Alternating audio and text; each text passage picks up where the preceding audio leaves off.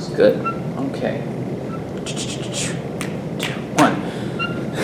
Hello, everyone. Thank you for coming. This is my little panel here at Indigenous Comic Con 2018. I am Peter, and I am here to talk about the indigenous flags of North America and, to some extent, the world. So, basically, I am a YouTuber who is into flags. I've been into flags since I was a little kid. My parents gave me a membership to the North American Vexillological Association when I was 8 years old. Vexillology is the study of flags, so I am not alone in this strange little hobby of mine. So as you can see, this is a photo of three well-known flags in this area. This is the flag on the left of the United States, of course. The one in the middle is the flag of New Mexico, and the one on the right is the flag of the Navajo Nation, which is my nation that I am a member of. And basically, these are very well-known flags in this area. Now, indigenous flags basically are national flags for national groups all over the world. This is a photo of the Sydney Harbour Bridge in Sydney, Australia.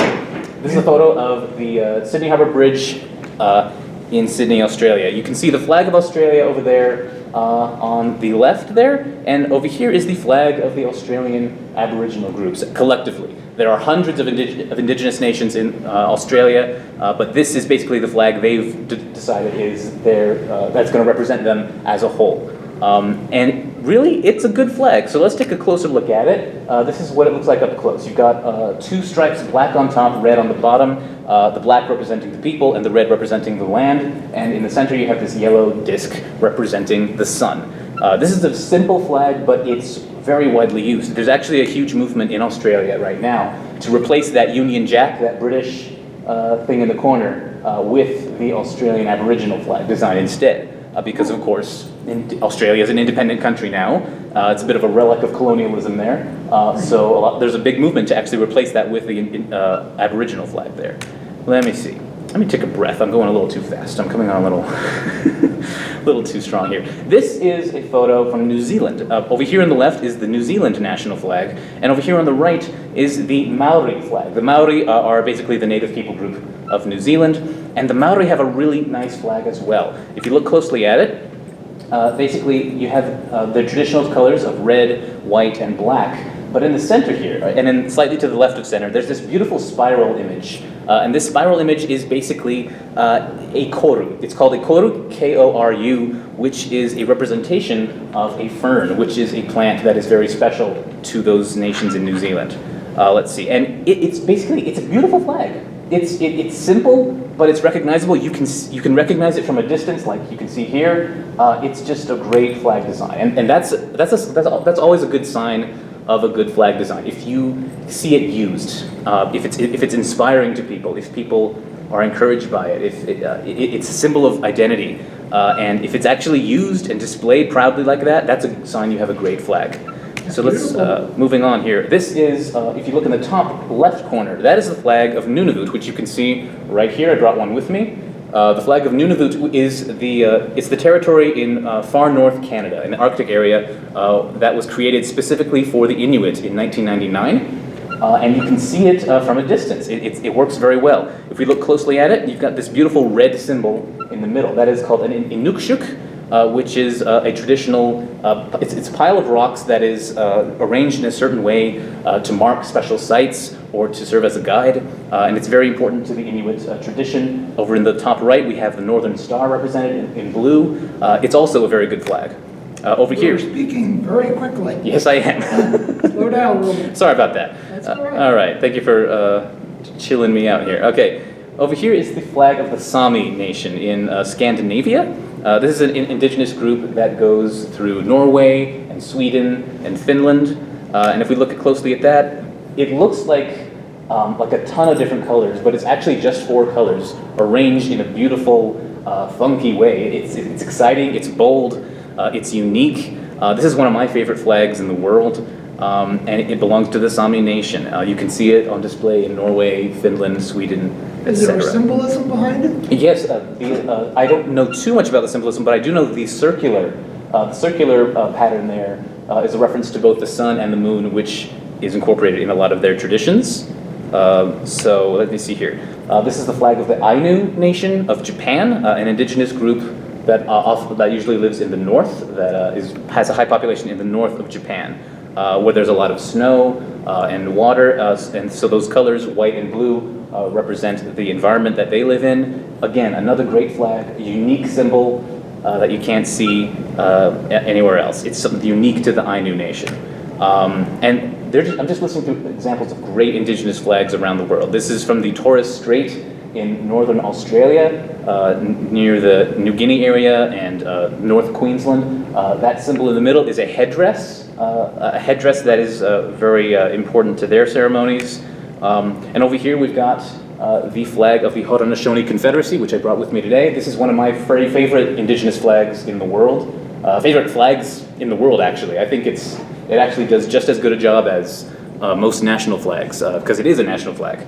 And it's used at the sporting events. This is an image of the Iroquois Nationals, which is the Haudenosaunee sports team for the sport of lacrosse, which was invented by the Haudenosaunee centuries ago. And they have their own team that competes on an international level. And this is their team showing off their beautiful flag here. Let me see here. This is one of my favorite designs ever. This purple and white design came from Hiawatha's belt, which was an extremely significant part of their history from centuries ago. Each of these 5 symbols represents one of the 5 nations of the Haudenosaunee Alliance. The one in the center is a tree. That big white one is a tree that represents the Onondaga Nation being the capital of the Confederacy. And the other 4 are the other 4 nations, I believe the Mohawk, the Seneca, the Oneida, and the, what's the other one? Huron, I think? I forgot one. Sorry to whoever. Cayuga? What's that? Cayuga? Cayuga, thank you very much. Thank you. I had it, it just slipped my mind right there. Okay, so basically when it comes to flag design, these are the top 4 flags that were voted on as the best out of a survey that was held by the North American Vexillological Association in 2001, I believe. They did a survey nationwide through the US and Canada of US state flags and Canadian provincial flags. And these were the ones that were voted on as the best designs. And you can see New Mexico up there in the top left. Anyone know the one on the top right? Texas. That's Texas, yes. And if you've ever been to one of those Texas barbecue places, they show that proudly. And if you've ever been to Texas, they'll show that proudly. Down here, the lower left is Quebec, the province of Canada, with a heavy French influence, which you can see by those French fleur-de-lis symbols there. In the lower right is the flag of Maryland, which is just a crazy, bold design that you've never seen anywhere else. And that's probably why it is memorable. Now over here, you've got the 4 flags that were voted the worst out of the ones in the States. Now, why are these considered the worst by people? Why are these not inspiring? Because they are lazy. You've got Kansas over here, which couldn't think of anything other than to put their seal on there and to write their name on it. You've got Montana, which did the exact same thing. You've got Nebraska, which didn't bother to put their name on it, except if you look really closely in the seal, you can see state of Nebraska there. And Georgia, at the time, this was Georgia's old flag at the time. They changed it, thankfully, since that survey. But this was the flag at the time. And it's just a horrid mess. You've got just a blue background with no thought, and a seal with no thought. And they actually added other flags in the flag. What? So, why are these considered the worst? Well, because they're lazy. The easiest possible way that governments sometimes create flag designs is, well, hey, let's just put our seal on a blank color there, and we're done. It's a total lack of imagination, and this is something that drives my fellow flag enthusiasts crazy, because these kinds of boring flags have infected the entire world all over the place. So a few years later, the same organization did a survey of city flags, American cities. And these were the winners, according to that survey. People liked the flag of Washington, D.C., over here in the top left. They liked the flag of Chicago, over here in the top right. I was just in Chicago about a week ago, actually, visiting my dad, and they use this flag. You can see it all over the city. Over here in the lower left is the flag of Denver, Colorado. You've got these zigzags here representing the mountains next to the city. It's this beautiful symmetrical design. It's right there on display at Denver City Hall. And if you look on the street signs of Denver, they put it on the street signs as well. Like, they're proud of this flag because it's unique to them. It's inspiring. Over here is the flag of Phoenix, Arizona. Purple is a fairly rare, unique color on flags, actually. It's not common to see purple on flag designs, but it works really well here. And in the center, you've got a mythological bird called a phoenix, which is a nice reference to the city's name, kind of like a visual pun almost, but it looks great. Now, the losers of this survey, oh boy. Over here we've got the flag of Milwaukee, Wisconsin, which has everything in the kitchen sink on it. You even have another flag, if you look really closely in there. We have a stereotypical Indian head, which is always nice. We have a stadium here. This stadium, since the flag was adopted, has been demolished and replaced with another stadium, but it's still the official flag. And of course they added the year of their city's founding and their name on it. It's almost like, it doesn't suffer from lack of imagination, it kind of suffers from too much imagination combined with the lack of imagination. Like, putting your name on it, that's always a sign that your flag design doesn't speak for itself. If you put your name on your flag, that's just a sign of failure. But they also added like everything else they could possibly think of on there. It's just cluttered, and if you see that on a flagpole, like flags, for example, here's the flag of some state. You can't tell what it is because it's one of those boring blue ones. I brought a bunch of them today. And you can't tell what they are because you would need to stop and read them. Now, flags are not flat images. Flags are not posters. They're not business cards. They're not logos. They are pieces of cloth and fabric that move in the wind. Sometimes you'll see them front ways, sometimes you'll see them back ways, sometimes they'll just be limp because there's no wind at all. That's something that designers need to think about when they're designing flags. These guys were imagining business cards and billboards, I think. These guys were not imagining pieces of fabric that move with the wind and are meant to be seen from a long distance away. You've got over here Rapid City, South Dakota, which put their seal on it, and a terrible font over here. It's even hard to read it when it's sitting still. Over here you've got Huntington, West Virginia, and their beautiful slogan, Geared for Progress. Get it? It's a gear. And over here was the absolute worst one. The worst one was the city of Pocatello, Idaho, which actually has a trademark symbol there and a copyright notice on it. Is that on their physical flag? It was actually on there. Now, since this survey, because it got so much ridicule, the city of Pocatello actually changed it, and it looks a lot better now, and there's no words on it. And the city of Milwaukee, right now, at this moment, is involved in a campaign to change their flag to something better.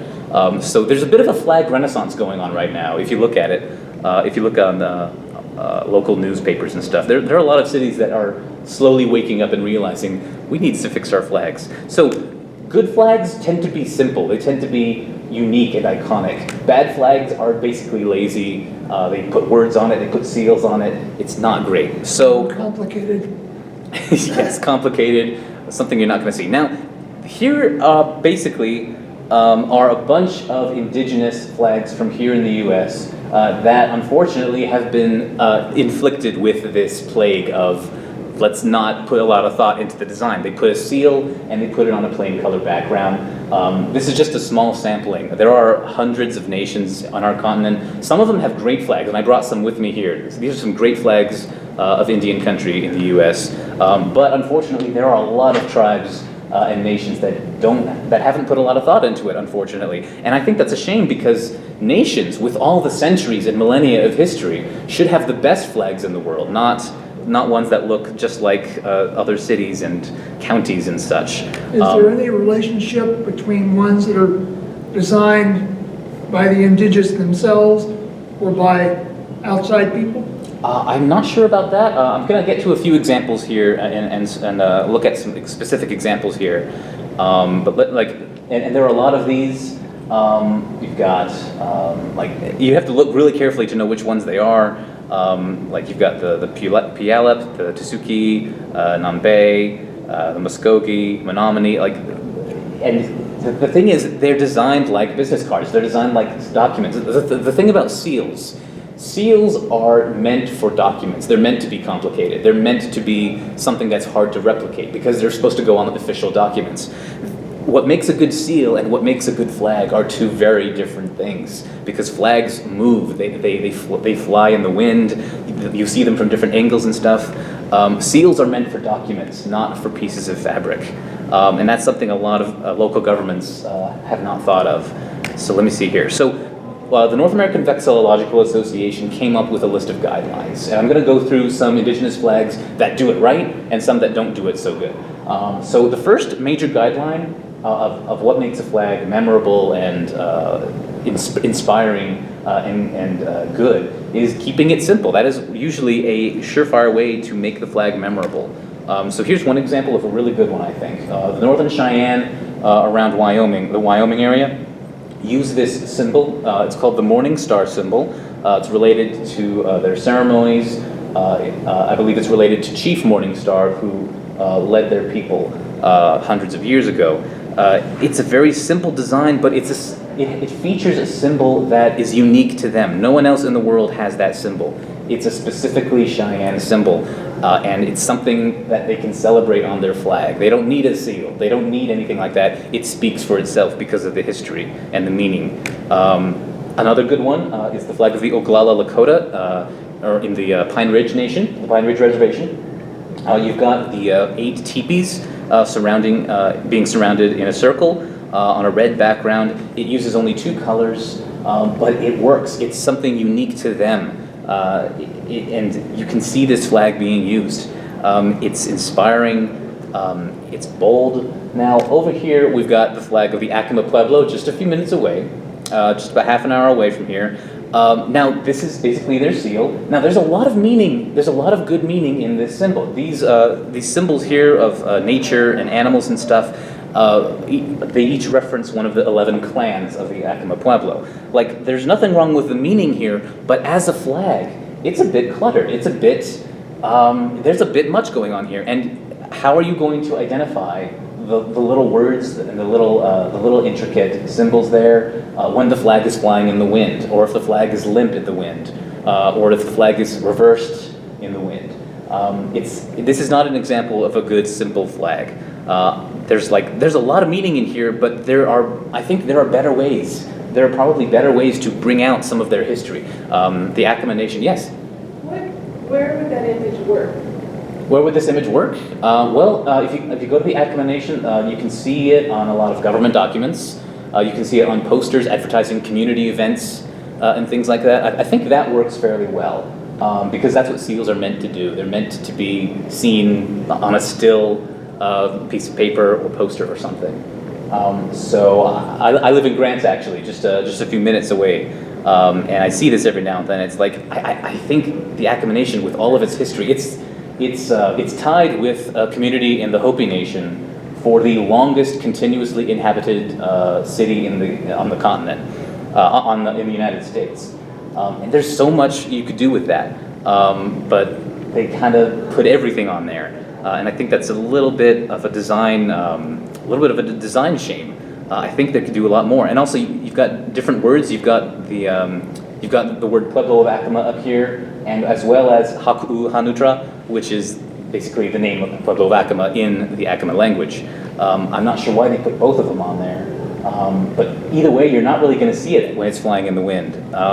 So I think that's a bit of a shame, and I'd like to see more nations come up with more creative things. So another good guideline that helps flags be remembered, that helps flags be inspiring, is when you use meaningful symbolism. Now most flags usually have some symbolism on them. This is a good one. This is in Manitoba, Canada.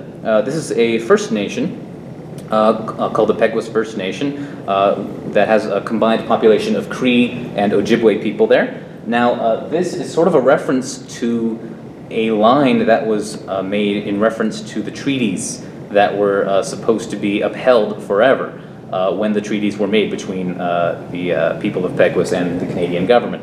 Of course, those treaties did not get upheld, but this design sort of recalls it. The line basically says that the treaty will be in place as long as the sun shines, thus the yellow, as long as the grass grows, thus the green, and as long as the river flows, thus the blue.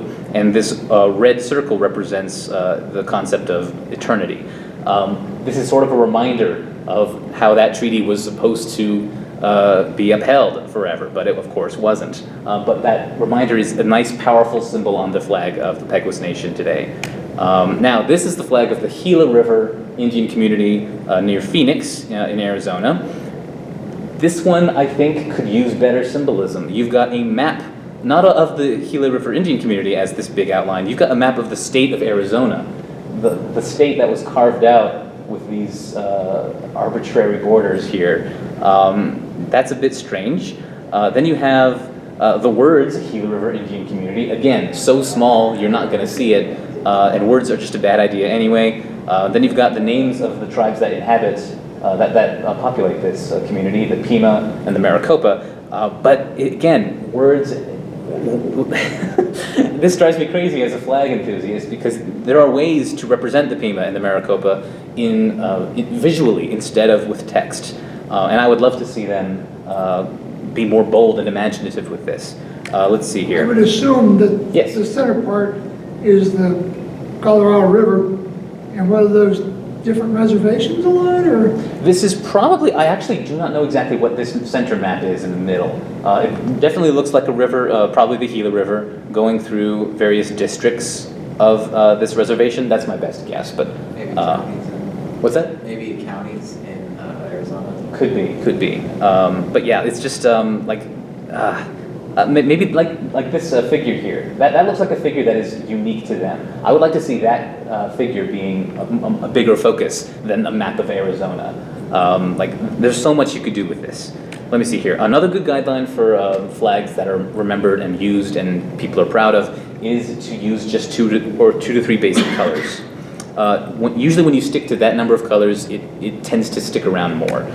So this is one of my favorite flags of Indian country. This is the flag of the Arapaho Nation, largely in Wyoming, some in Colorado, and areas like that. It was originally designed actually as a vertical flag. This was designed around the Korean War because the people of the Arapaho Nation were thinking with the soldiers that the Arapaho were sending to the Korean War, World War II, and those conflicts, they were thinking we should have a flag to honor them in funerals and in memorial services. So the Arapaho, to honor the veterans from the Arapaho Nation who fought in the Korean War and Vietnam, etc., decided to design a flag specifically to honor those veterans of theirs. And it turned out very beautiful, I think. You've got these beautiful red and black stripes and white stripes in a design that is unique to them. It was originally designed, again, to be vertical, but it also works very well as a horizontal, normal flag like that. Now, this is the flag of my nation, the Navajo Nation, most populous nation in the country. This uses a lot of colors. I believe there are 7 different colors used here. Let me see, we've got the 4 colors representing the 4 directions and those 4 sacred mountains there. We've got black, yellow, blue, white. You've also got these 3 colors in this beautiful rainbow design. Those are good elements, I think. However, you've got a ton of stuff here in the middle here that is very difficult to see as a flag when it's flying in the wind.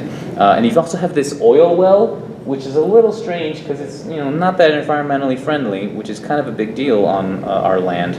You've got a hogan here, which I think is a great idea, but it's so small you can't see it. You've got a modern-looking house here, and you also have this map. Now, this map is a little strange.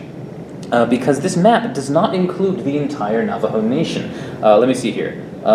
So recently someone on the Navajo Nation mentioned basically that the flag of the Navajo Nation does not include Alamo or Tohajli and Rama, which are in the southeastern area of the Navajo Nation. If you look closely, those areas of the Navajo Nation are not included there. So if you live on Rama, in Rama, Tohajli, or Alamo, you might feel a bit left out on your own flag, which is kind of crazy. This one person, Marlon Begay, proposed adding, you can see he in this proposed design, he added a few little dots there to that map. Now, as a flag guy, a map isn't necessarily the most unique thing. Like, I'm thinking we could take that hogan in the middle, perhaps. We could take that hogan there and replace the entire map here with a hogan to symbolize that this is our home. This is Diné Bekeah. This is our home between these 4 mountains. That's something I think might be worth considering. But there are lots of different things we could do here. Graphics, yeah. Doesn't read instantly as a Hogan. Yeah, it's a little hard to see, and of course, if it's flying in the wind, you're never going to see that unless you look really close. I do love the rainbow element. I think that's a gorgeous element. I grew up visiting the reservation often, and I would see this flag various places. I love that rainbow design, and the overall design kind of resembles the sand paintings that we're famous for. There's a lot of good stuff on this flag, but I think it could work better. And of course, it just feels wrong to leave out Raima, Tohajili, and Alamo. You're going to do a map, yeah. Yeah, if you're going to do a map, you don't want to leave those guys out. So that's a Does little. it read in their? Yeah. Does the importance of having somebody that's not Navajo be able to recognize, who doesn't know the map of the Navajo Nation, being able to recognize it as the Navajo flag ever make a difference? That's the best kind of flag, I think, is when everyone, not just in the nation but outside of it, can easily recognize it. Like, oh, that must be the Navajo flag, or that must be the Haudenosaunee, or that must be like the Zuni symbol. Yeah, that kind of thing. So the best flags are ones that everyone will recognize quickly. So I would definitely say that's something to keep in mind. Let me see. And of course, this is one of the rules that drives us crazy. It's not really a rule, but it's a guideline. There are some good flags with words on them, but they're rare because words are the laziest kinds of things. They're sort of not even symbols. So here is a flag I brought today. This is the flag of the Eastern Band of the Cherokee, and it's got a seal on it. And again, it's a nice seal. You've got these 7 stars representing the 7 clans of the Cherokee, and if you look closely on the bottom, you can see some actual Cherokee script in the syllabary that was designed by Sequoia. It's a nice seal, but again, what makes a good seal doesn't necessarily make a good flag. So one thing I do like here is the flag of the Cherokee Nation. It's not like, it still has a seal on it, but it has more than a seal on it. They put a little more ingenuity and thought into it. Again, with the 7 stars and the 7 points on those stars representing the 7 clans.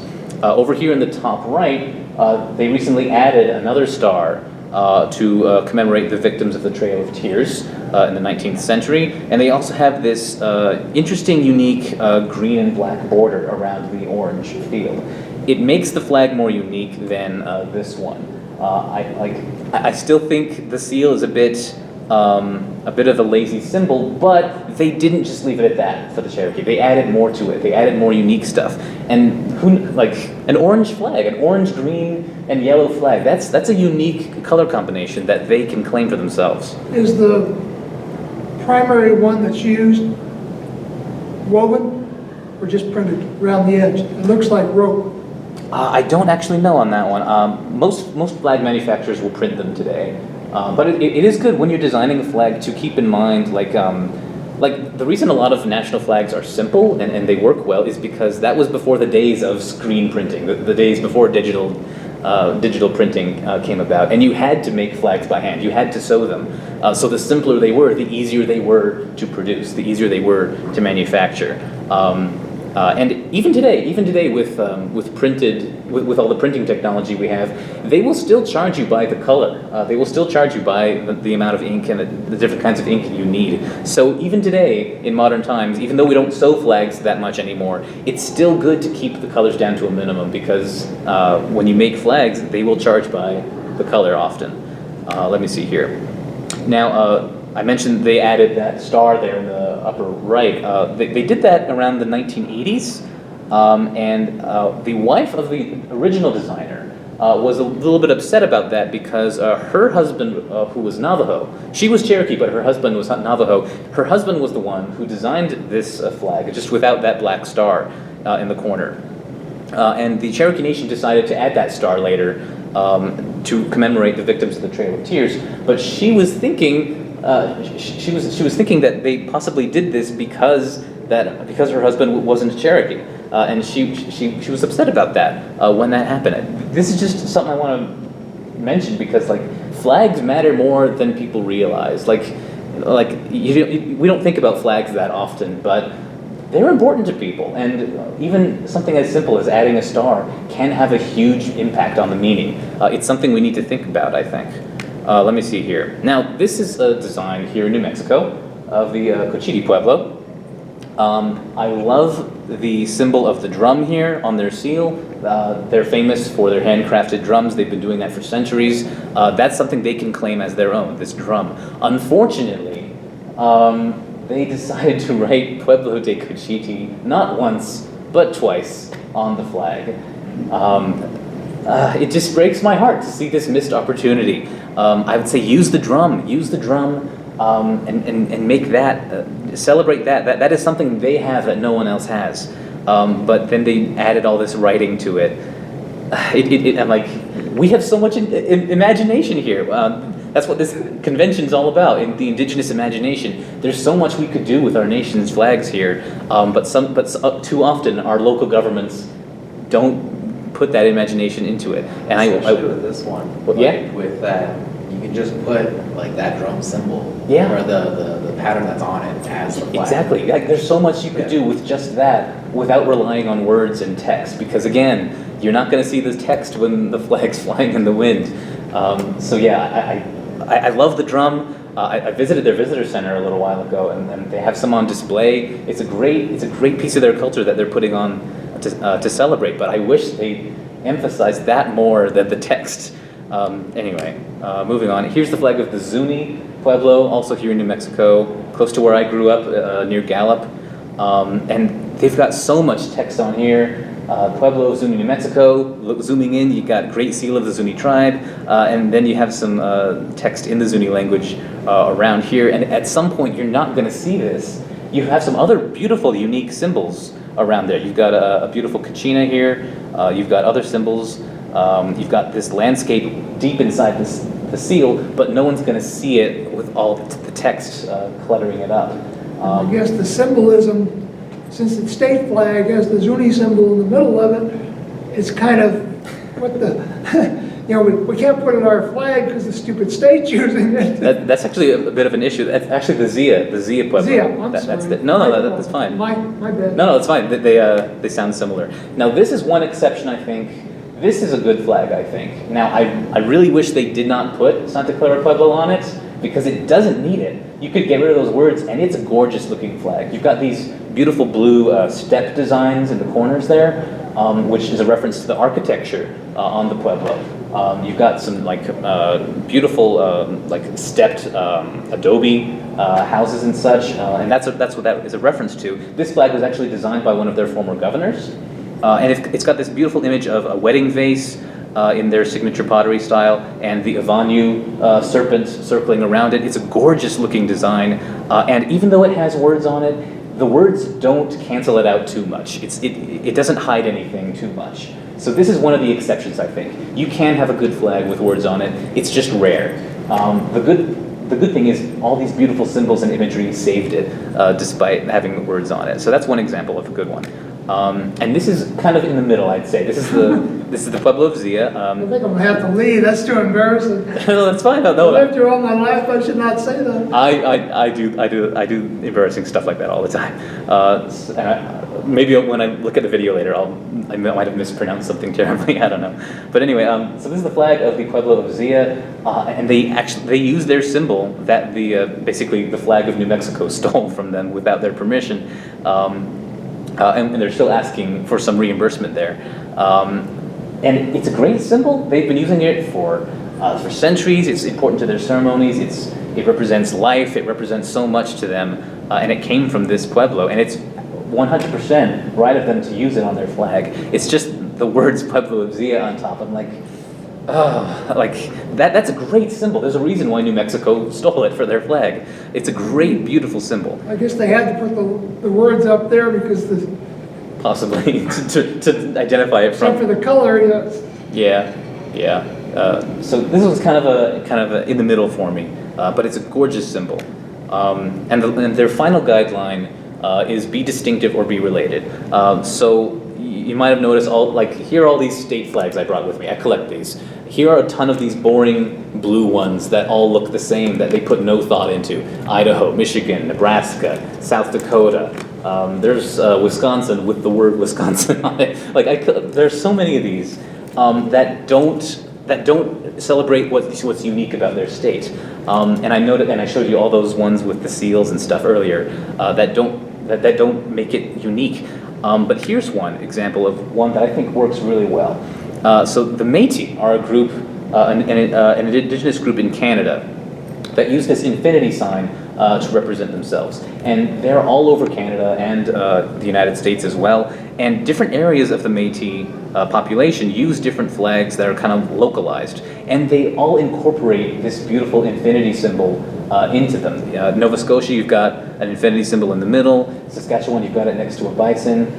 You've got infinity symbols all over the place on these Métis flags. They don't look the same. They don't look exactly the same like all these boring state flags. They're related to each other, but they're not the same. They each put their own spin on that infinity symbol, which I think is a great thing. That's definitely something to celebrate there. And just another thing I want to mention here. This is the flag of the Mohawk Nation that was inspired by a flag that gained popularity from a protest movement around, I believe, the 70s or so. It's a little bit interesting because it's a male, it's a guy that is representing a warrior. Now recently there was someone from the Mohawk Nation who was battling cancer, and she was a girl. She was a teenage girl battling cancer, and to honor her, some people got together and made a female version of this Mohawk warrior flag. And that's something you got to think about. Does this flag represent everyone? Does it represent everyone in the nation? It's a bit of a masculine kind of centered, a bit of a male-focused flag here, but like there are also some amazing women in these nations that I think we ought to represent as well. Did they wind up with any controversy? I don't think there's a huge controversy over this, at least not that I've heard of, but I'm not. Like you said, the extra star, and sometimes they get very picky about. Yeah, I haven't read of any major controversy at the moment, but this is something I think someone was thinking about it, and that's always encouraging. That's really all I want. We need to think about our indigenous flags more, and not just let the governments do these government-made seals on bed sheets, is what we call them in the vexillology community. We call them seals on bed sheets. So basically, in closing. This is one of the images. This is one of the most inspiring images from Standing Rock a couple years ago. Those are the protests and basically everyone coming together to protect the Standing Rock's right to water and land. And all these nations, hundreds of nations from around the continent and the world. You can see the Hawaiian flag back there, actually, way in the corner there. All these nations came together to defend each other. And they brought their flags, and when you see these flags all together, it's just inspiring. And I think we can maximize the impact that these flags have when we put more thought into them. Let's just not leave it at seals on bed sheets.